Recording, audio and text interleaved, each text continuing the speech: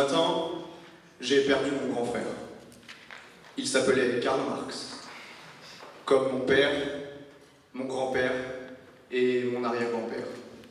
Le Karl Marx. J'ai reçu un appel alors que je l'attendais pour déjeuner.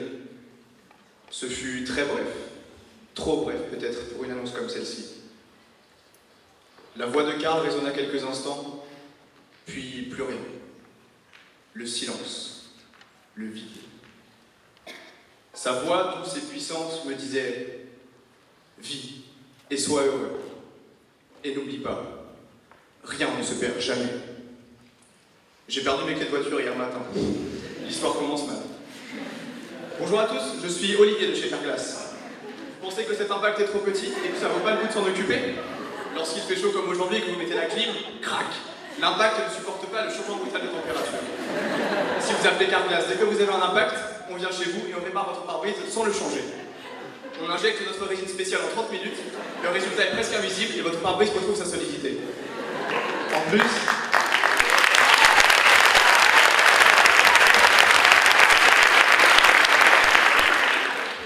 avec votre assurance brise-glace, le plus souvent chez Carglass, la réparation, ça ne vous coûte rien. Oui, vraiment, ça ne vous coûte rien. Alors n'attendez plus, appelez-nous dès maintenant au 0877 24 24 ou rendez-vous sur carglass.fr. Ça, c'est mon travail. Lorsque l'envie me prend, j'écris. En ce lundi 18 mars, j'ai fini de rédiger le tome 4 de la vie des Karl Marx. Chez nous, chaque Karl Marx en remplace un autre. On nous répétait toujours que c'était la tradition. L'aîné de chaque famille s'appellera Karl. Mon dernier tome est consacré au 4e de la dynastie, en l'espèce mon grand frère. Je ne savais pas comment terminer mon ouvrage. Je comptais sur lui pour me donner une idée, lui qui avait plein de rêves et qui débordait d'imagination. Il adorait cette phrase de Paul Valéry qui disait que le verbe rêver n'a presque pas de présent. Je rêve, tu rêves. Le rêve, c'est ce monde imaginaire qui ne connaît aucune limite et dans lequel tout peut arriver, mais où tout peut s'écrouler à tout moment. On ouvre les yeux et tout est fini. Ce matin, Karl a fermé les yeux pour la dernière fois. En ce moment, peut-être qu'il rêve. Il était marié depuis quelques mois. La première fois que Karl vit Bérénice, il la trouva franchement laide. Un peu spéciale, elle était célibataire. Les cheveux détachés, son style pouvait parfois paraître négligé. Sa réputation l'avait sali. Très têtu de base, Karl avait adouci le bail. Ainsi, en rencontrant Karl, Bérénice se transforma, laissant derrière elle son passé. Elle était amoureuse. La seconde fois que Karl vit Bérénice, il la trouva franchement belle. Avec sa femme, ils voulaient appeler leur enfant Karl pour perpétuer la tradition. Alors, en tant que couple hyper connecté, peut-être trop d'ailleurs, ils ont appelé le 3637 pour savoir la signification du prénom. Enfin, quand je dis il, sa femme l'a faite, puisque de toute manière, une fois la vaisselle et le ménage terminés, elle n'avait plus grand-chose à faire de ses journées. La réponse fut la suivante. Les Karl sont extravertis et ne manquent pas une occasion de se montrer en public. Ils sont de nature calme. Peu expressifs, le Karl est sensible. Les Karl adoptent toujours un air hautain et autoritaire, car ils détestent qu'on ait pitié d'eux. Les Karl sont capables de tout par amour. Ce sont des romantiques qui ne supportent pas d'être trompés. Fidèles, ils n'ont Dieu que pour l'être aimé et ne souhaitent que son bonheur. Et pourtant, coïncidence ou simple ironie de l'histoire, Jenny, la femme du Karl Marx que tout le monde connaît, et Hélène, sa bonne, tombèrent enceintes de lui en même temps à Londres. Bonne ambiance chez les Marx. Finalement, ils ont plutôt opté pour un prénom composé. Jean-Brian. Karl était doué. Très doué même. Je buvais ses paroles comme je m'enfile un verre d'ice tea. Il maîtrisait l'anglais à la perfection. Il m'a donc expliqué que Carglass peut se traduire par vitre de voiture, ce qui est une très bonne remarque.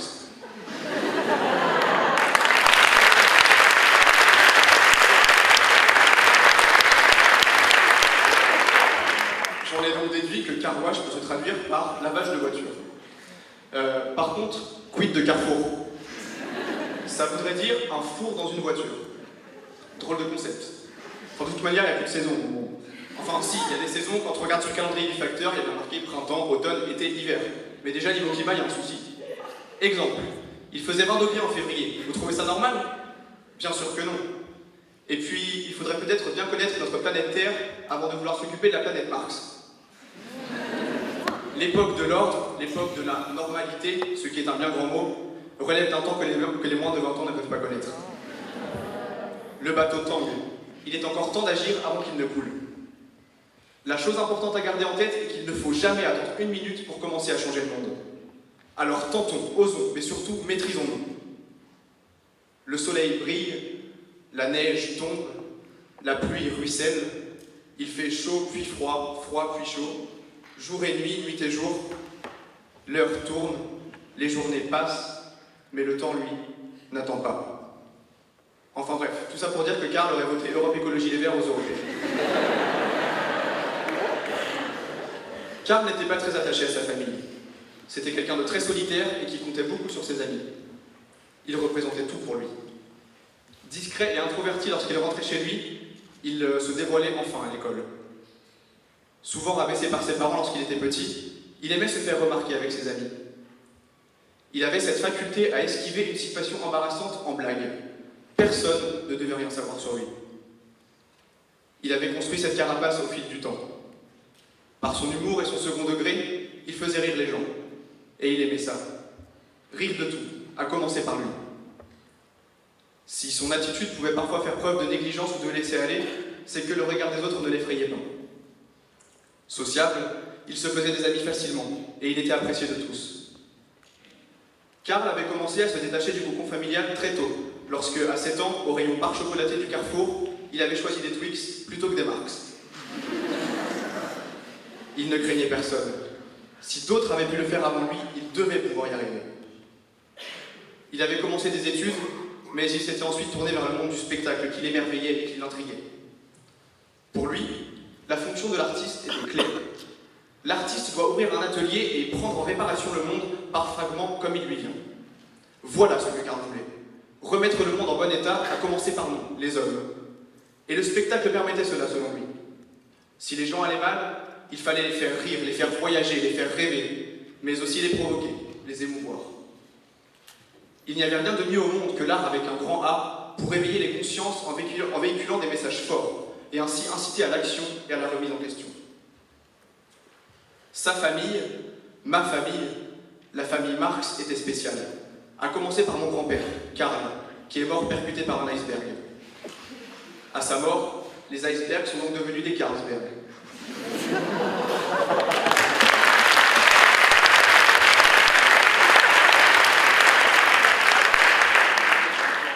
Karl a rencontré Bérénice sur une plage. Elle lui a proposé un whisky, juste en doigt.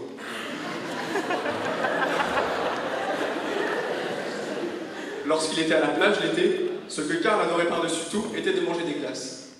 Il hésitait toujours entre plusieurs parfums. Mangue, fruit de la passion ou fraise.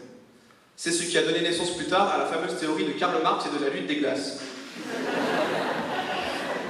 Et preuve que les glaces occupaient une place centrale dans la gastronomie des Marx, il prenait toujours une boule de glace avec son Ricard.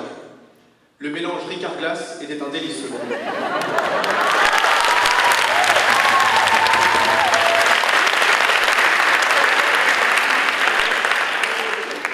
La nourriture était sacrée pour Karl, et il avait ses petites habitudes. Il achetait toujours du riz thaï, pour l'ouverture culturelle, me disait-il. Et lorsqu'il le faisait cuire, il écoutait systématiquement des chansons des Rita Mitsuko. Karl était également très branché technologie, toujours à l'affût de la moindre nouveauté. La technologie le passionnait. Il avait Facebook, Messenger, Snapchat, Instagram, Twitter, Tumblr, Pinterest, LinkedIn, Hangout, WhatsApp, Spotify ou encore YouTube. À propos de YouTube, vous connaissez certainement les youtubeurs McFly et Karl Ito. Ce sont des héritiers de Marx, des cousins. Ils ont un peu plus de 4 millions d'adhérents à leur parti. Et ouais, c'est ça la démocratie 2.0, les James. Les idées circulent à une vitesse désormais. On peut attendre la gloire tout comme retomber dans l'anonymat en seulement quelques clics. Et mon arrière-grand-père, lui, est là, dans les campagnes, dans les villes, sur les réseaux sociaux. Lui aussi a voulu bousculer les idées de la société de son époque. Il réussit à se faire un petit nom, ce qui fut la fierté de la famille. Depuis, 3 générations se sont succédées, mais l'ombre de Karl Marx plane toujours au-dessus de la tête de chacun d'entre nous.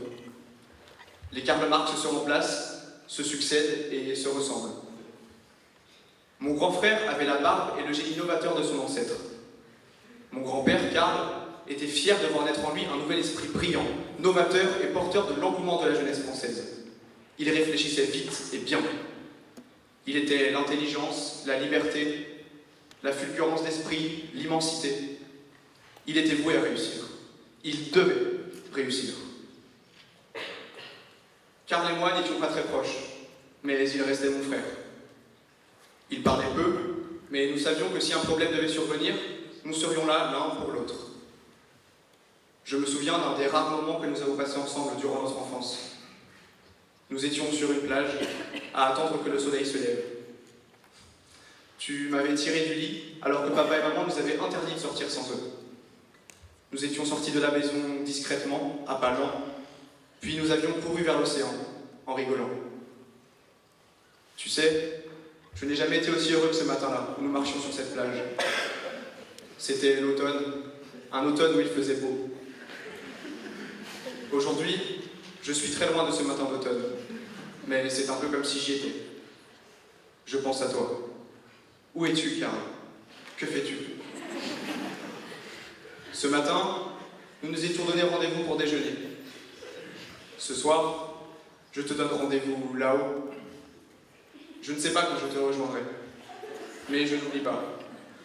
Rien ne se perd jamais. Ce matin, j'ai perdu mon grand frère. Il s'appelait Karl Marx.